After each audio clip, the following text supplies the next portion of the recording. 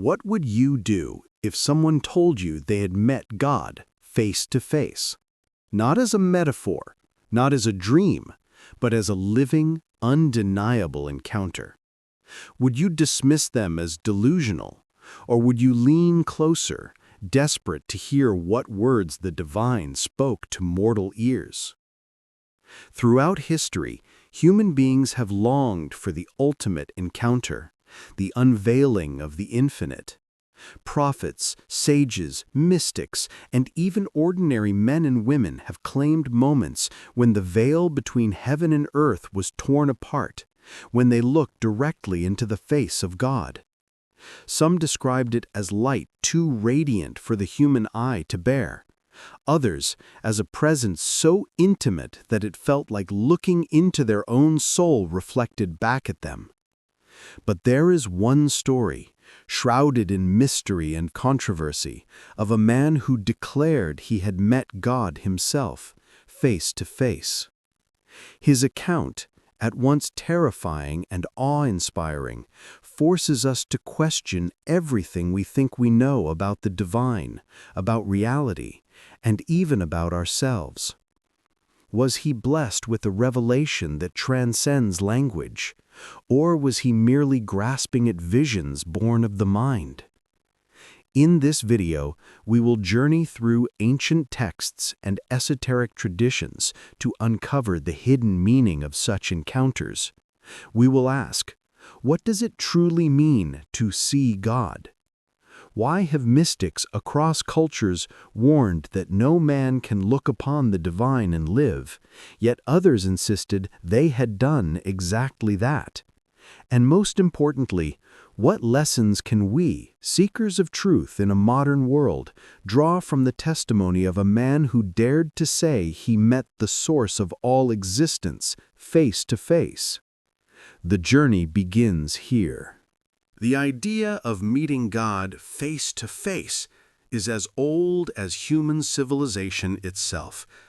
Every culture, every spiritual tradition has wrestled with this longing, sometimes describing it as the highest possible gift, and other times warning that it is simply too much for a human being to bear. In the Hebrew Scriptures, we find the story of Moses ascending Mount Sinai, entering a cloud of fire and thunder. The text says, "The Lord spoke to Moses face to face, as one speaks to a friend." Yet elsewhere in the same tradition, it declares, "No man shall see me and live." Here lies a paradox. How could Moses both speak to God directly and yet remain alive when the very essence of God was said to be unseeable? Scholars and mystics have long debated whether Moses encountered the totality of God or merely a manifestation, a veiled presence that human eyes could withstand. In the Hindu tradition, the encounter is known as darshan, to behold the divine with one's eyes, and to be beheld in return. Yogic sages describe moments of standing in the radiance of Krishna, Vishnu, or Shiva, where the soul trembles at the unbearable beauty of the eternal.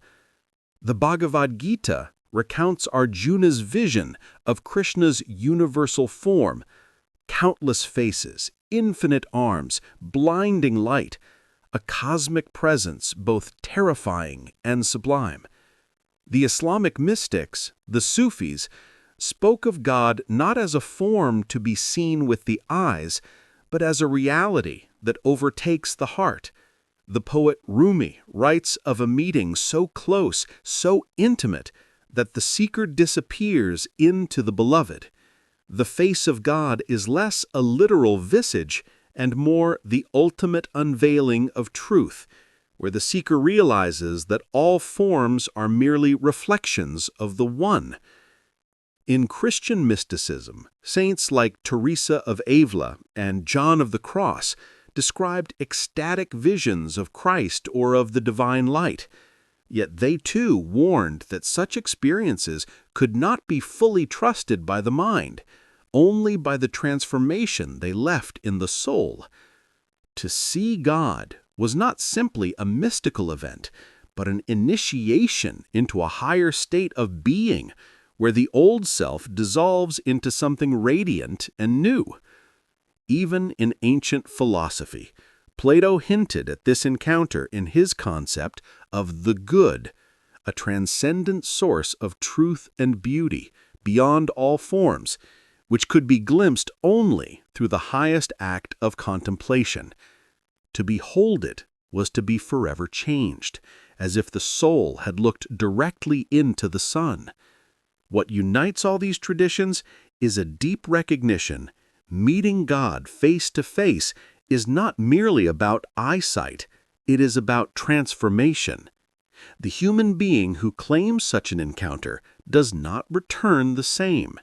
Whether it is Moses shining with light after Sinai, Arjuna trembling after Krishna's revelation, or a mystic radiating peace after ecstasy, the true proof lies not in the vision itself, but in what it awakens.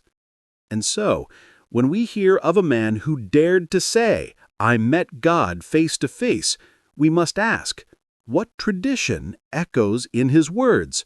Was it the thunder of Sinai, the vision of Krishna, the silence of the Sufi heart, or something entirely new?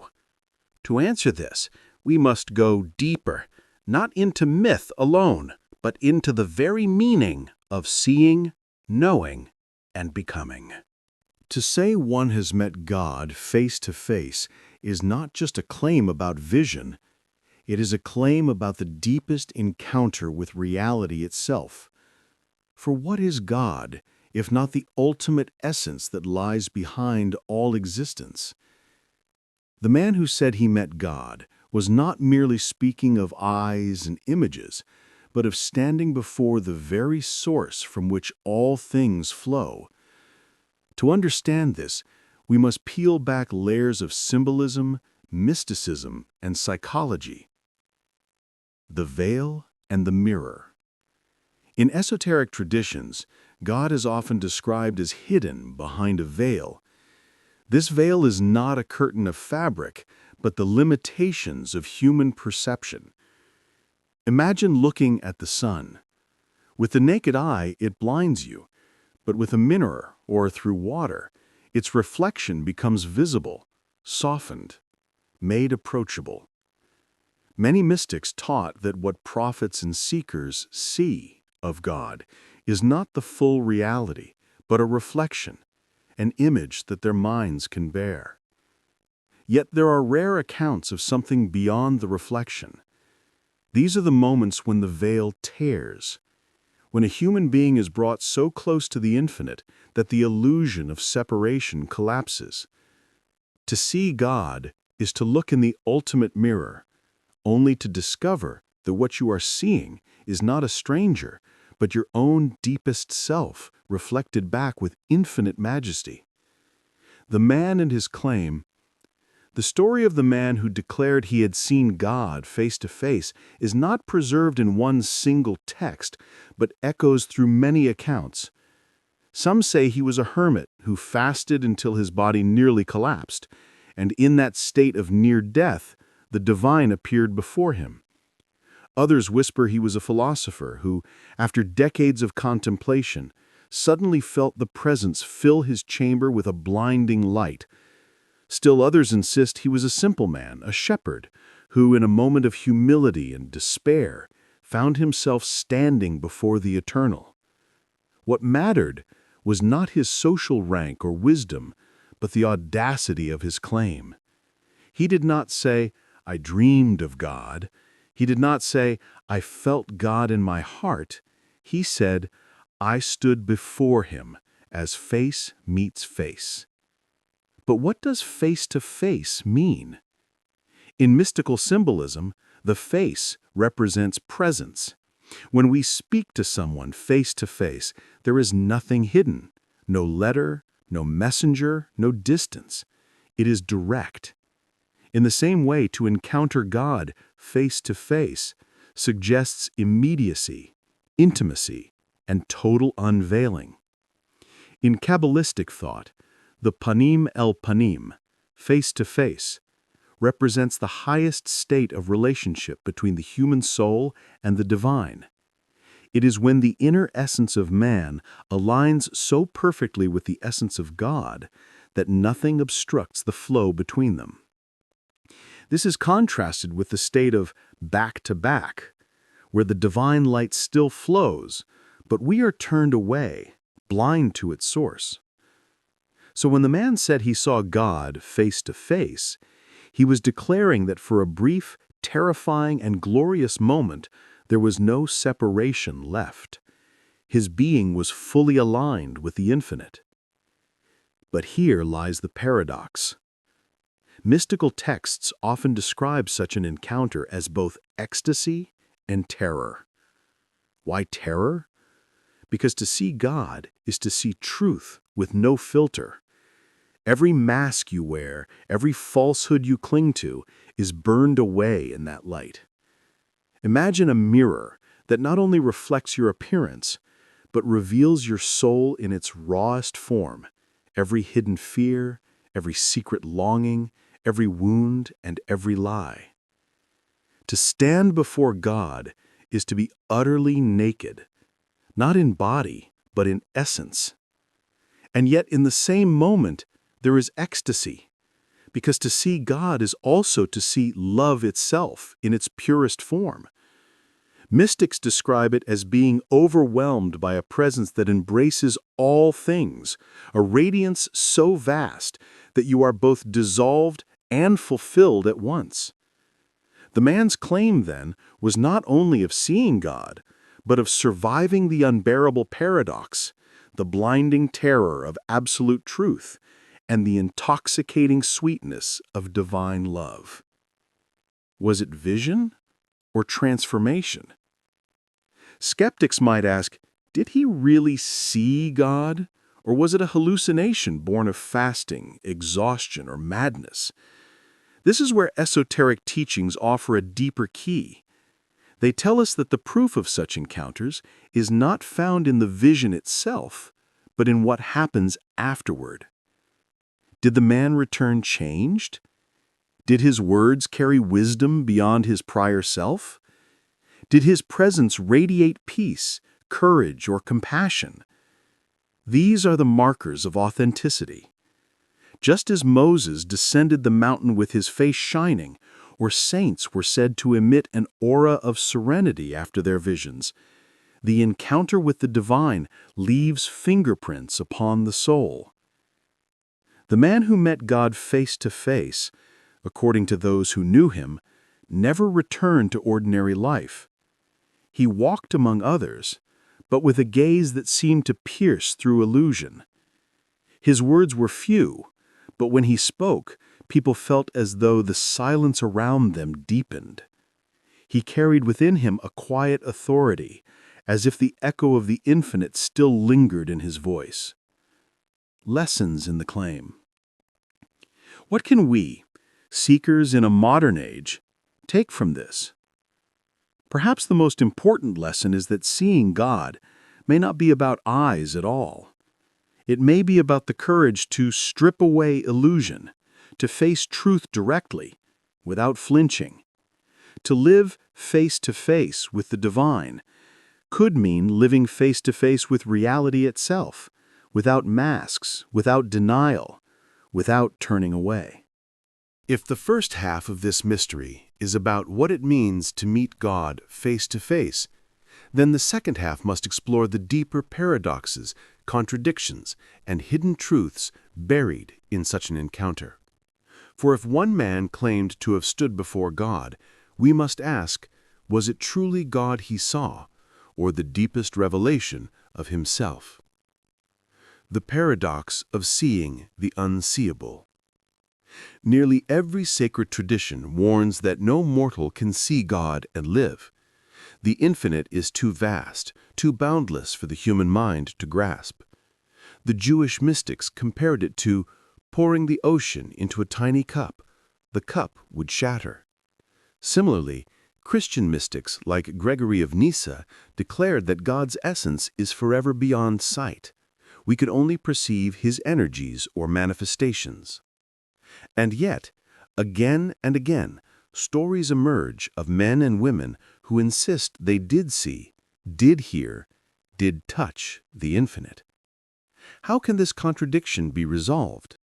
Esoteric teachers propose that what these individuals saw was not God in his totality, but God as he chooses to reveal himself. A glimpse, a ray of the divine sun refracted through the prism of the human soul. The man who claimed he saw God face to face may have encountered such a refracted form, tailored to his capacity, like a flame appearing small so it would not consume him whole. Vision as reflection. Imagine standing before a mirror so clear that it does not show your face, but the eternal essence behind your face. You would see not merely yourself, but the image of the source reflected through you. Many mystics insist that this is what happens in God encounters. The seeker sees God, but also realizes that the divine has always been woven into their very being. Thus, the question is not, did he really see God? But, did he see the truth of his own divine nature revealed in perfect clarity? The role of the heart. Another key lies in the difference between sight and perception. The eyes are limited. They see forms, shapes, and light. But the heart, the inner faculty of perception described in nearly all mystical traditions, sees essence. When the Sufi poets speak of seeing God in every face, in every tree, in every drop of rain, they mean that the heart has been opened to the direct recognition of divine presence. The man's claim, then, may have been less about physical sight and more about the heart's unveiling. He was declaring that for a brief, eternal moment, his heart perceived God without filter, without distortion. The shadow side of revelation. Yet, not all who meet God return with peace. Some are driven to madness. The human mind, unable to contain the immensity of such contact, can fracture under its weight. Ancient texts speak of prophets who wandered into the wilderness after their visions, unable to re-enter ordinary society. Some returned with wisdom, others returned broken. This shadow reminds us that the encounter is not to be romanticized. To stand face to face with God is to stand face to face with reality itself, both its infinite beauty and its unbearable weight. The man in our story was fortunate to survive with clarity. Many before him have not. The test of authenticity. How, then, can we discern a true encounter from delusion? The esoteric traditions give us 3 tests. Transformation. Does the individual return with a radiance, a peace, or a depth that was not present before? True encounters leave indelible marks. Wisdom. Does the individual's insight harmonize with the essence of love, truth, and compassion across traditions, or does it serve ego and division? Humility. Paradoxically, those who truly encounter God often speak less, not more. Their words are sparse, their presence itself becomes the teaching. By these measures, the man's story aligns with the marks of authenticity. His life after the vision was one of silence, humility, and subtle transformation. Meeting God as meeting the self. Here we arrive at the most provocative interpretation. To meet God face to face may ultimately mean meeting the true self, the spark of divinity within. The Upanishads of India proclaim Atman is Brahman. The soul within is identical with the ultimate reality. To look upon God is to recognize that your own essence has never been separate from Him. This does not diminish the man's claim, rather it elevates it. For he may not have seen God as a distant figure, but God as the eternal flame mirrored within himself. And in that moment, he discovered what sages across ages have whispered. The face of God is hidden in the face of man. Implications for humanity. If even one man could see God face to face, it suggests a radical truth that such encounters are not impossible, but rare moments of grace available to all.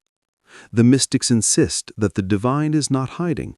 It is we who cover our eyes with distraction, ego, and fear. Remove these veils, and the possibility of direct perception becomes real. The man's testimony, then, is less about him and more about us. It is a mirror held before humanity, whispering, "What I saw, you too may see, if you dare to lift the veil."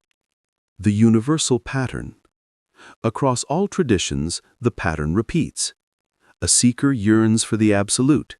The encounter comes suddenly, often after suffering, silence, or surrender. The vision is overwhelming, a paradox of ecstasy and terror. The seeker returns transformed, marked forever by the light of what was seen. This is the universal blueprint of meeting God face to face. The man's story is not isolated, but part of this great tapestry woven through the ages. Facing the unanswered question. And yet, one question lingers. Did he truly meet God, or did he meet a form, a symbol, a reflection? The answer may never be known, for it lies beyond reason and language. But perhaps the point is not to solve the mystery, but to live it.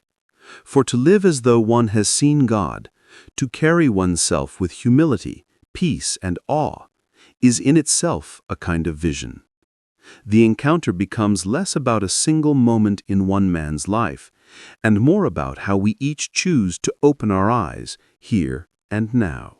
The story of the man who said he met God face to face can easily remain in the realm of myth, awe, and speculation, but esoteric wisdom always reminds us, truth is not meant only for contemplation, it is meant for transformation. If such an encounter is possible, then the real question is not whether it happened, but how can we move closer to that same experience ourselves? 1. The veils we wear. Every tradition agrees that the divine is not absent. It is our perception that is clouded. We walk through life wearing veils made of ego, fear, distraction, and attachment. These veils distort our vision. To live face to face with God begins with gently removing them. Ego, the constant need to be right, to be superior, to cling to identity.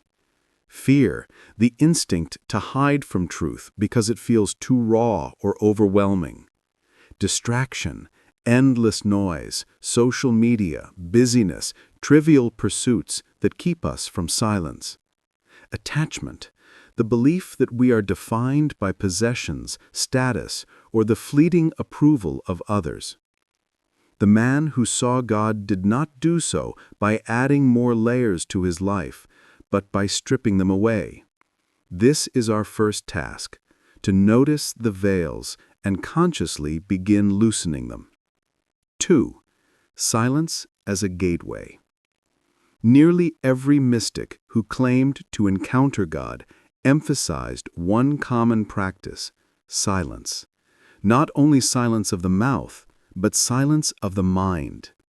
In silence, the noise of the world fades, and the subtle presence of the divine can be perceived. A simple daily exercise. Sit quietly for 10 minutes. Breathe slowly.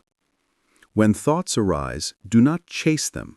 Let them dissolve like clouds. Repeat a simple phrase such as, "I am here," or "Be still." Over time, this silence becomes a doorway. It is said that God's voice is not in the earthquake or the fire, but in the still, small whisper within. 3. The practice of seeing. To see God face to face may mean seeing the divine reflected in everything around us. Try this experiment. Choose one ordinary object, a tree, a cup of water, a stranger's face.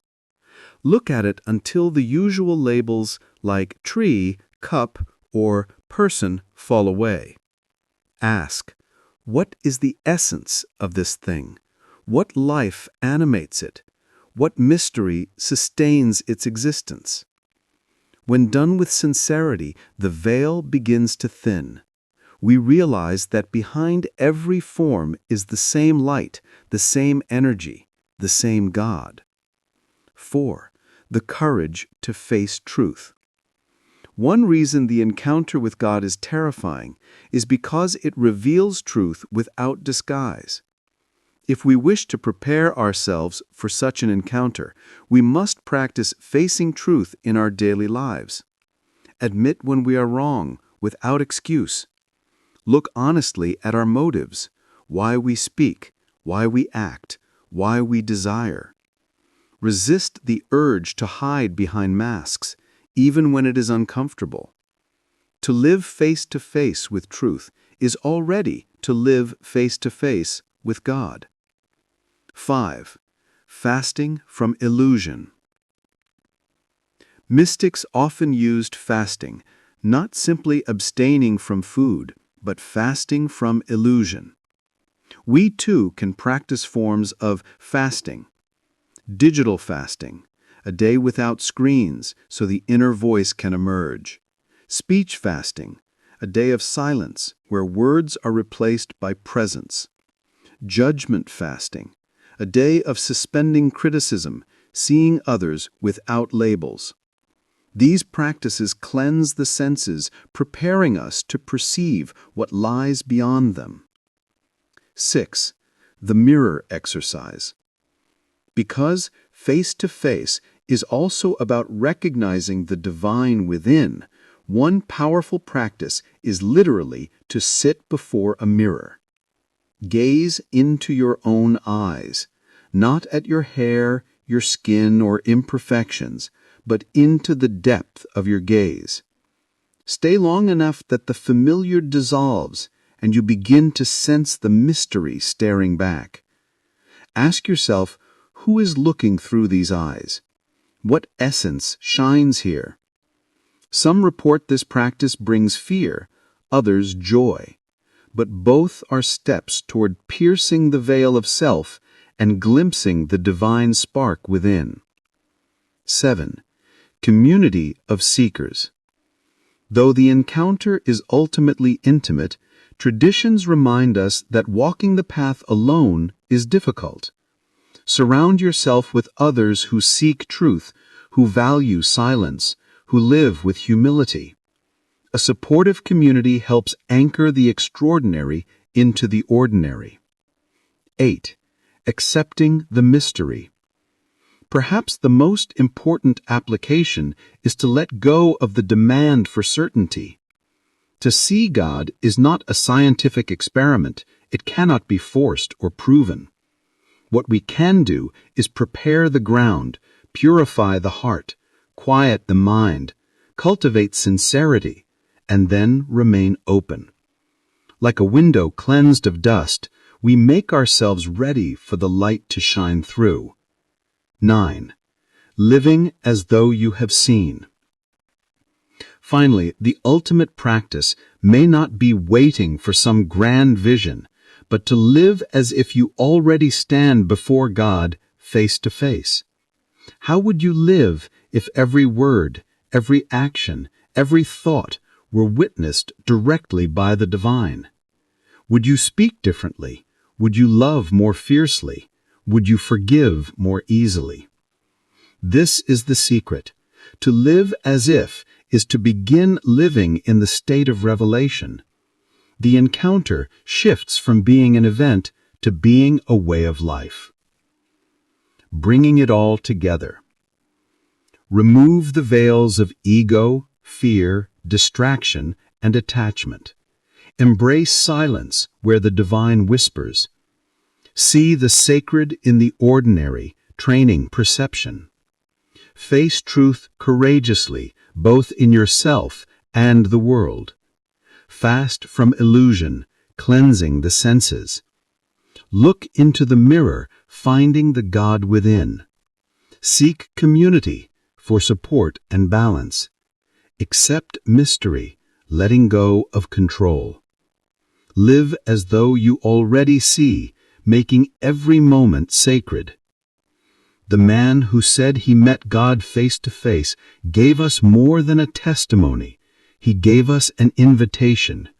His story is not a relic of the past. It is a challenge for the present. If we dare to walk the path of silence, truth, and love, we too may find the veil lifting, revealing the face that has always been there, waiting for us. The story of the man who said he met God face to face is not simply about one individual.